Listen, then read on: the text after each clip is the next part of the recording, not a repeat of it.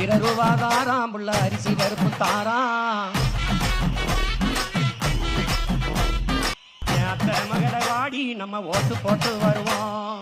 1000 ரூபாய் வேணாம் அரிசி பருப்பு வேணாம். ஓட்ட விவசாயிக்கு போட்டா இது எல்லாம் வருந்தானா?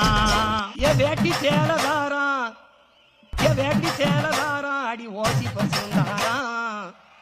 ஓட்டுக்கிட்டு வாடி நம்ம ஓட்டு போட்டு வருவோம். உன் வேட்டி சேலை வேணாம் ஓசி பசு வேணாம்.